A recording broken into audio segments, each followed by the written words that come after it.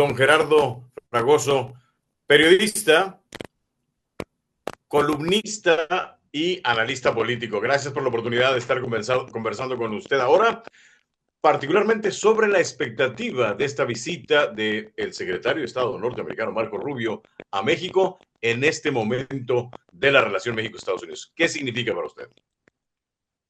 Bueno, yo pienso que se está tratando de buscar, obviamente, de ambas partes, pues en el lado mexicano es lo que el gobierno de Claudia Sheinbaum venía pidiendo desde hace meses, un acuerdo, un pacto, una especie de tratado mutuo, por llamarlo de alguna manera, que pues no es tal, porque un tratado como tal, pues tendría que ser ratificado por las cámaras legislativas de ambos países. Más bien se trata de un acuerdo formal en cuanto a las investiduras, pero informal en cuanto a la parte legal, porque, insisto, para que tuviera una vinculación en ambos países, pues necesitaría ser ratificado por los parlamentos de ambos países. Es más bien una especie de acuerdo diplomático, de acuerdo de buena voluntad entre ambas partes que la presidenta venía pidiendo hace meses, así que de alguna manera se le está concediendo este tema. Del otro lado, probablemente haya cierto cansancio en una parte del aparato comercial de Estados Unidos con el tema de los aranceles, con el tema de las medidas punitivas que se han puesto de manera muy particular. Bueno, el tema del transporte, por ejemplo, que indudablemente está afectando, el tema migratorio en los campos de cultivo, que son cosas que están afectando el asunto, por ejemplo, también en la industria turística que se ha mencionado, que bueno, ha estado afectando, ¿no? Porque finalmente muchos de los empleos en estas áreas comerciales, en estas áreas de la economía estadounidense, pues son ocupados por latinos y fundamentalmente por mexicanos, siendo pues la primera minoría, digamos, latina en Estados Unidos. Entonces, lo que se ve aquí es eso, de uno y de otro lado hay cierto cansancio. Entonces, este acuerdo de alguna manera es lo que ambas partes a estas alturas del partido probablemente quieren. Sobre todo hay que entender una cosa, Estados Unidos, a diferencia de lo que está pasando en México, va a entrar en cuestión de 3 o 4 meses en una dinámica electoral, porque van a tener no solamente las elecciones intermedias, que son muy importantes, porque definirán si el Partido Republicano continúa teniendo mayoría en las dos cámaras, en una o en ninguna, lo cual obviamente definirá mucho de la segunda mitad de este segundo y último gobierno de Donald Trump. Pero también ellos tienen elecciones en los estados, elecciones de gobernador, incluyendo estados que les interesan mucho, Texas, Georgia, Florida, Nevada, que son estados donde el Partido Republicano, bueno, aspira a retener o arrebatar el poder porque pueden ser estados switchers y, por supuesto, generar algún tipo de repercusión. Saben que será difícil ganar, pero generar algo de repercusión en estados como Nueva York, como California, donde obviamente sí el Partido Demócrata tiene un gran poder, pero bueno, aspiran al menos a competir. Entonces, a mí me parece que a estas alturas del partido, eso es lo que ambas partes quieren. De un lado, la presidenta Sheinbaum porque necesita encontrar, digamos, un punto de equilibrio al desgaste interno que está teniendo por el tema de Estados Unidos. Y por el otro lado también, de igual manera, el gobierno de Donald Trump y Donald Trump en particular, encontrar un punto de equilibrio al desgaste interno que está teniendo para quizás enfocarse en otros temas como lo de Venezuela, como lo de Ucrania, que bueno, parece que va a ir subiendo de intensidad, y el tema, por supuesto, de Israel y Gaza, ¿no? Que ha venido como jugando un poco, digamos, con estos dos temas. Cuando las cosas se le atoran en Ucrania, intenta acelerar en Gaza, y cuando se le atoran en Gaza, intenta acelerar en Europa. Pero me parece que el punto es ese, ¿no? Como quitarse de alguna manera un problema o un pendiente en el tema mexicano para concentrarse quizás en temas que sí están siendo más difíciles y que a lo mejor afectan menos la política interna estadounidense. Repito, el tema de los empleos que mexicanos ocupan en Estados Unidos y es un tema que empieza ya a hacer ruido en ciertas áreas de la economía. Entonces, de alguna manera ambos están pidiendo esto. Yo no lo llamaría tregua, pero sí me parece este aminoramiento de la tensión que de alguna manera una y otra parte están pidiendo y les conviene. ¿No ves tú una intención de presionar a México fundamentalmente, como están comentando muchos de los analistas en la capital del país, de presionarlo para que ceda a los políticos que están protegiendo o solapando al narcotráfico por parte en distintas zonas del país? ¿No lo ves tú así? Yo creo que obviamente el gobierno del presidente Trump lleva mucho rato queriendo obtener a un político, especialmente de Morena, desde México, porque sería una medalla importante, sería una medalla realmente muy relevante. Hay que entender que finalmente el tema del Mayo Zambada ellos ya lo encontraron en prisión. Propiamente ellos han manejado el caso, pero ellos ya lo encontraron ahí dentro. No es un mérito de ellos. Entonces, de alguna manera, yo sí veo que desde el inicio del gobierno Trump han estado buscando como su propia medalla, como no depender de esa medalla que finalmente en parte es del gobierno de Biden, el tema del Mayo, y tener una ellos que digan, traje, no sé, a Manuel Bartlett, que para mí es el autor intelectual del crimen contra el Kiki Camarena, yo lo conseguí, yo lo obtuve. Porque finalmente hay que entender que los narcos que ha enviado Claudia Sheinbaum son narcos de poca monta. Entonces no funcionan, digamos, exactamente como contrapunto de este tema del Mayo Zambada. Funcionan como complemento, pero no han tenido ese peso específico que, digamos, sería, pues, si te entregan, digamos, el gobernador de Sinaloa, que tú lo puedes ir a presumir allá y decir, miren, yo conseguí que México me entregara un narcopolítico y etcétera, etcétera. Entonces sí vienen Pero buscándolo. Yo no creo, sin embargo, que la presidenta Sheinbaum vaya a entregar a nadie. Incluso no creo ni siquiera que vaya a haber un castigo interno, porque me parece que lo que hemos visto, al menos en este primer año de gobierno, todo puede cambiar en cualquier momento, pero lo que hemos visto es que Morena, en algo que sí no se parece al viejo PRI, es que no hace purgas internas.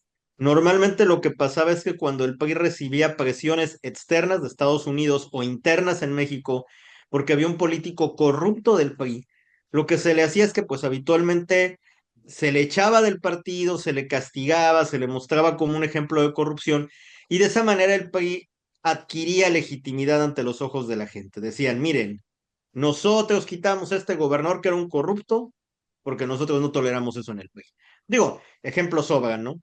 me quedé con lo de que para ti Manuel Bartlett es el autor intelectual del caso de Kiki Camarena. También creo que es muy, digo, ahí hay que tener mucho cuidado por la aseveración de lo que implica, porque obviamente después No, de no, tantos años sigue y, aquí y no, sigue no, protegido por la autoridad mexicana, ¿no?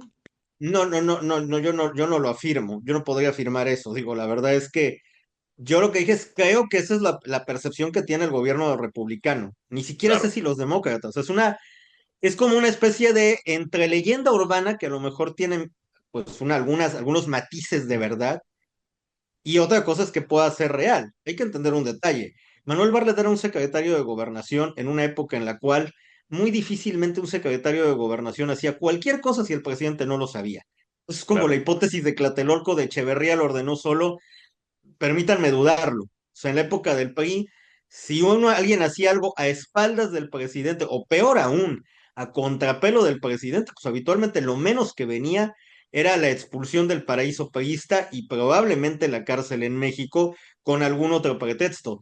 Entonces, yo no podría aseverar que es el autor intelectual de ninguna manera. Digo que esa es la idea que está extendida entre ciertos políticos republicanos. Él es el autor Y en intelectual México, y en México y aquí también en se ventilan México. en muchas de las columnas políticas y ahora que se habla, yo no diría de los que quieren la intervención de Estados Unidos, sino de quienes ven como una cuña, una especie de último recurso de presión después de que Morena estaba acabando con todos los contrapesos internos del país, que ven que esta sería alguna estrategia y que lo ven con cierta esperanza, no necesariamente de traición a la patria, porque luego también yo creo que cuando se critica desde el centro de la República, donde tiene una visión muy diferente de la problemática del narcotráfico comparado con Tijuana, con Ciudad Juárez, con Sinaloa, pues es muy fácil hablar de estas visiones muy desde lejos de esta problemática, ¿no? De que yo sí veo que aquí me ha tocado, yo sí recuerdo que me ha tocado ver a muchas de las personas que huían de Michoacán, de Sinaloa, de Chiapas, de Guanajuato, que decían, si vienen los gringos, que quien sea, pero ya, por favor, que pongan paz, porque esta gente no había encontrado ninguna alternativa. Y no porque yo no pretendo decir que estaría conveniente la intervención de Estados Unidos en ese sentido, sino porque sí creo que hace falta, pues que realmente muchos de los que opinan o de los que dan su punto de vista o sentencian con lo que se debería hacer desde este país tan centralista, pues sí están viviendo una situación muy distinta, con todo y que se les haya tijuanizado la Ciudad de México, como dijo Rosario Robles hace algunos años. ¿Tú crees que México puede sacar algo de provecho para ellos, para el país, al final de esta visita? Yo creo que sí, de alguna manera hay que decir también el otro lado de la situación. México no ha cumplido realmente del todo con lo que se ha comprometido. En el tema, por ejemplo, de bloquear el comercio chino, pues el bloqueo ha sido relativo. El otro día, para no ir más lejos, el presidente de la Canaco en la Ciudad de México lo decía en un noticiero nacional, pues, ¿por qué no hablan de la gentrificación china en la Ciudad de México, no? O sea, si han venido a socavar, digamos, al comercio de la capital. Ha sido simulado y sobre todo en el tema del fentanilo hay cifras. Precisamente yo mencionaba el día de Exacto. ayer en una columna ese tema.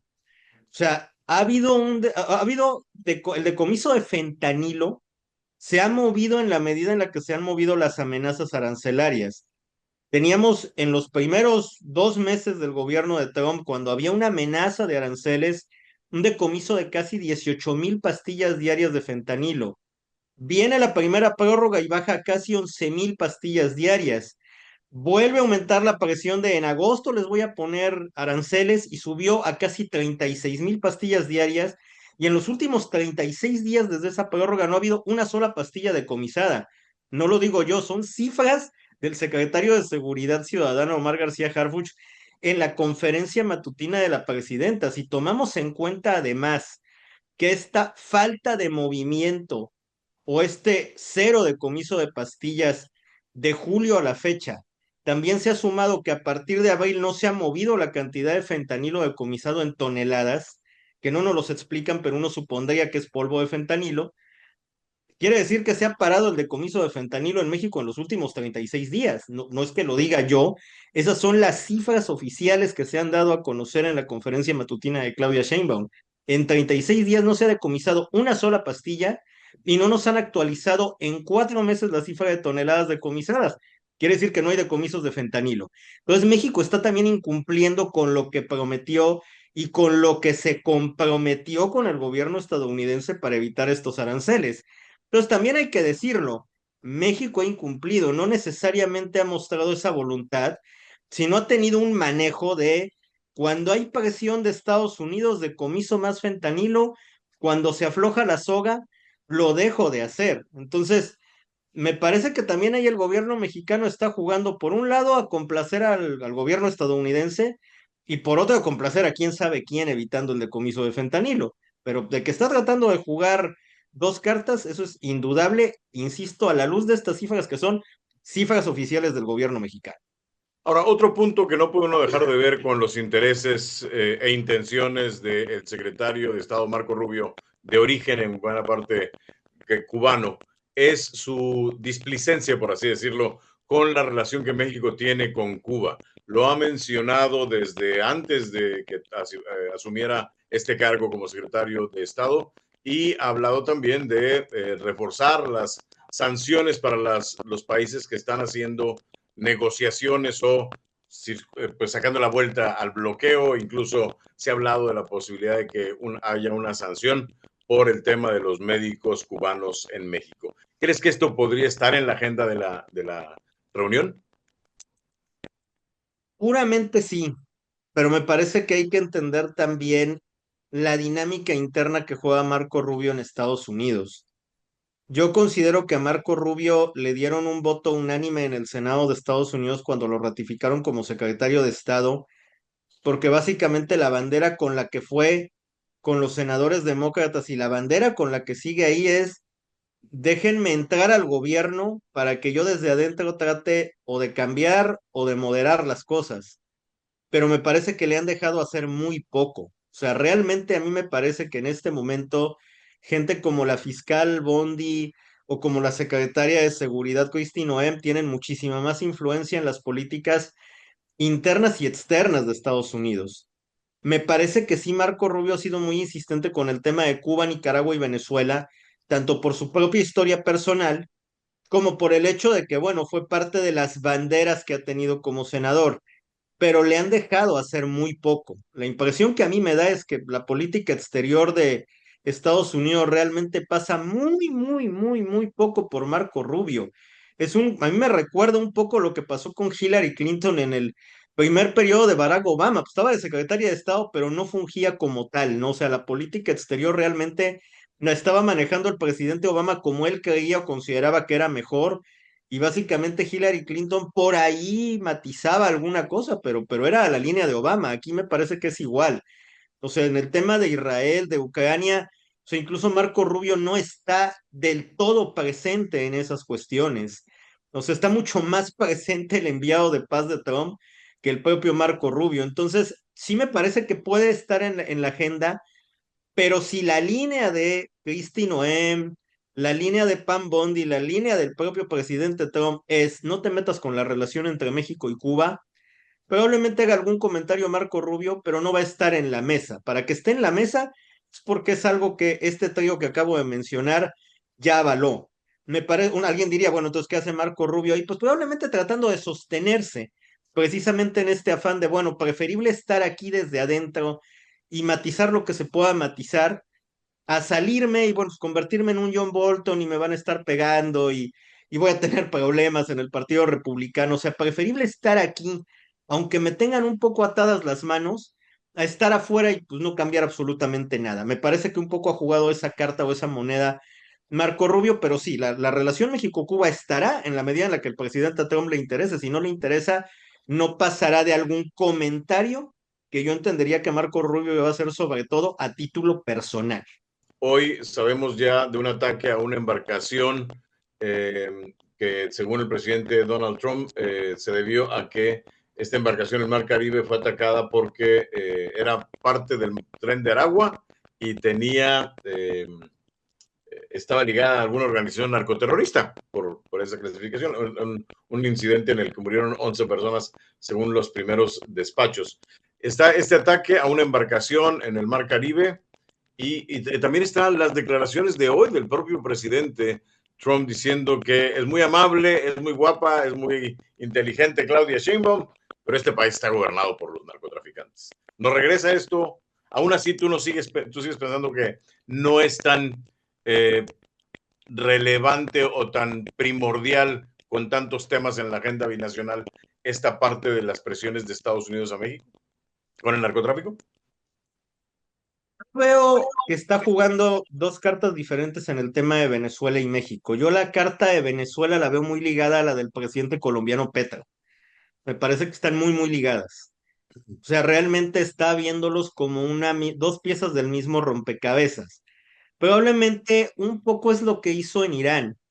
Tiene la percepción de que si debilita a Maduro, Petro se puede caer. O sea, es un poco lo que pasó en Irán y lo que Israel jugó en Irán con el tema, por ejemplo, de vamos a pegarle a Irán para que se debiliten Hezbollah y Hamas. Probablemente es un poco esta carta. Yo le pego a Maduro, le limito la influencia monetaria en elecciones en América Latina. Hay que entender algo muy importante. Este año y el que viene son muy importantes en términos electorales en Sudamérica. Hay elecciones en Colombia, en Perú, en Chile, en Argentina, en Brasil. Entonces, lógicamente, pues, el gobierno Trump está tratando de llevar a presidentes que sean más afines a su línea. Yo no digo que los actuales estén bien, ni mucho menos, no, no, no. Yo lo que estoy diciendo nada más es lo que se percibe, lo que parece que está ocurriendo. Entonces, a mí me parece que un poco el tema de Maduro es presionarlo para que tenga la menor injerencia posible en estas elecciones. De manera inmediata en las elecciones de Chile, que son en unas semanas, en la intermedia Argentina, que también es en unas semanas. Bueno, el domingo tienen una etapa en Buenos Aires y luego en todo el país.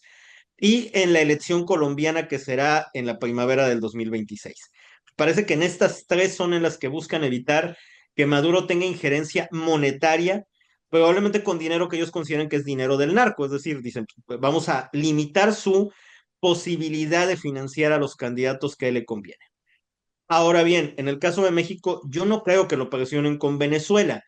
El tema de Cuba, pues lo acabo de mencionar, me parece que va más en el tema de la línea personal de Marco Rubio que en que haya una presión continental. Yo no siento que vean a México todavía como un foco de México está financiando candidatos izquierdistas, sino México tiene un problema donde, bueno, hay que decir una cosa, no falta la verdad del presidente Trump cuando dice México está gobernado por los cárteles, más allá de que uno crea o no lo que dijo ayer Alito Moreno, de que si Morena es un cártel y que si es un narcopartido, de facto México está gobernado por los cárteles. O sea, llegan y le piden extorsión a miles de negocios todos los días en cualquier ciudad y nadie hace nada. Eso es estar gobernado por el crimen. O sea, independientemente que haya un gobierno, digamos, político, administrativo, y que este gobierno a lo mejor esté o no esté ligado al narco, yo no puedo afirmar que Morena está ligado al narco, pero que México está gobernado de facto por los cárteles, es verdad. O sea, es verdad, hacen lo que quieren y nadie les pone un límite. Esa es la realidad, no hay un límite. Lo vimos con el tema de la extorsión referida por el empresario restaurantero de Ensenada. ¿Qué ha pasado? Nada. Lo vimos con el tema de Minerva Pérez. ¿Qué ha pasado? Nada.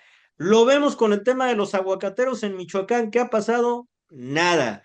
Nada pasa con el narco. Sigue haciendo y deshaciendo. Pues sí, hay menos homicidios, hay, pero es que los homicidios no son todo. Es verlo en una perspectiva, y lo voy a decir respetuosamente, pero una perspectiva bukeliana. Bajamos los homicidios, el mundo es más feliz. No, hay que ver todas las dimensiones del crimen. La extorsión, claro que pega, los desaparecidos, claro que pegan. O sea, no todo es decir, ya hay menos homicidio y lo demás, bueno, pues que siga feliz. Entonces, a mí me parece que el narco sí efectivamente en este momento de facto está gobernando México. Insisto, yo no digo que esté aliado con Moreno, con el PAN o con el PRI, eso es otro cantar. Lo que yo estoy diciendo es, en efecto, hay un gobierno fáctico del narco donde el narco hace lo que quiere en México y nadie le pone un alto. Eso es gobernar un Oye, país. sin duda, es una problemática que afecta a muchos mexicanos y que requiere una atención inmediata porque aunque hayan reducido 20-30% los homicidios en algunas zonas, pues todavía tenemos una serie de delitos y crímenes que están quedando en la impunidad y que siguen, además, en la percepción del público que no dice sentirse mejor prácticamente en ningún lado. Tal vez en Yucatán y Quintana Roo, que son en Yucatán creo que es uno que tiene la mejor percepción de seguridad. Dos matices más únicamente. El primero, efectivamente, otra razón, por ejemplo, por la cual puede estarse dando este acuerdo es por el tema de, probablemente el presidente Trump le dice a Marco Rubio, ¿sabes qué? Ahorita México no es tan importante, ahí no hay elecciones, no va a haber un cambio político, vamos a presionar, pero necesito tener todas mis baterías enfocadas en Sudamérica porque allá sí va a haber elecciones y es muy importante retomar el control político de Sudamérica. En Bolivia les funcionó al final de cuentas. O sea, en Bolivia consiguieron el primero de estos objetivos. La izquierda había gobernado 20 años, la izquierda populista de Evo Morales, y pues ya no va a gobernar. O sea, gane quien gane, ya se fue. Entonces, probablemente el tema es, ¿sabes qué? Vamos a bajar los decibeles con México para mejor enfocarnos aquí, qué es lo que realmente nos va a interesar. Otro tema que pudiera estar en el punto es, viene el próximo año el Mundial de Fútbol. Puede parecernos a nosotros muy banal, pero hay mucho dinero en juego y muchos patrocinadores y empresas estadounidenses involucrados. Entonces, por supuesto, lo que menos quieren esas empresas estadounidenses, empezando por una conocida marca refresquera que patrocina el torneo, es que haya un pleito con México y con Canadá en medio torneo. O sea, que hubiera, imagínense qué catastrófico sería que suspendiera, por ejemplo, las visas de turista a medio mundial. O sea, entonces probablemente es, ¿sabes qué? Ahorita es una tregua, por favor, pasa esto y luego pues ya te sigues peleando, pero ahorita necesitamos certeza. Hay que entender esos dos factores, el factor del mundial, que es un factor pequeño, pero que puede tener algún peso, insisto, por las empresas estadounidenses involucradas en ello, y el tema que yo le considero más peso, que es el de las elecciones sudamericanas de ahorita México no es tan importante, enfócate allá, porque allá sí es donde necesitamos ahorita tener todas las baterías puestas. Creo yo que esos dos factores también pueden estar incidiendo en el apuro que creo yo que ambas partes ya tienen en este acuerdo. Gerardo Fragoso, te agradezco mucho la oportunidad. Le recomiendo a la gente que pase a leerte en El Sol de Tijuana. Ahí está ese artículo sobre los días y las variaciones de los días, los 36 días en que no se ha decomisado fentanilo, según el análisis que hiciste de las declaraciones de los números oficiales y de García Harfuch. Te agradezco como siempre la oportunidad de conversar contigo junto con el público de tijuanapress.com. No, al contrario, el agradecido soy yo, Vicente. Pues gracias por el comercial. Además, efectivamente esperamos que puedan leer nuestros textos.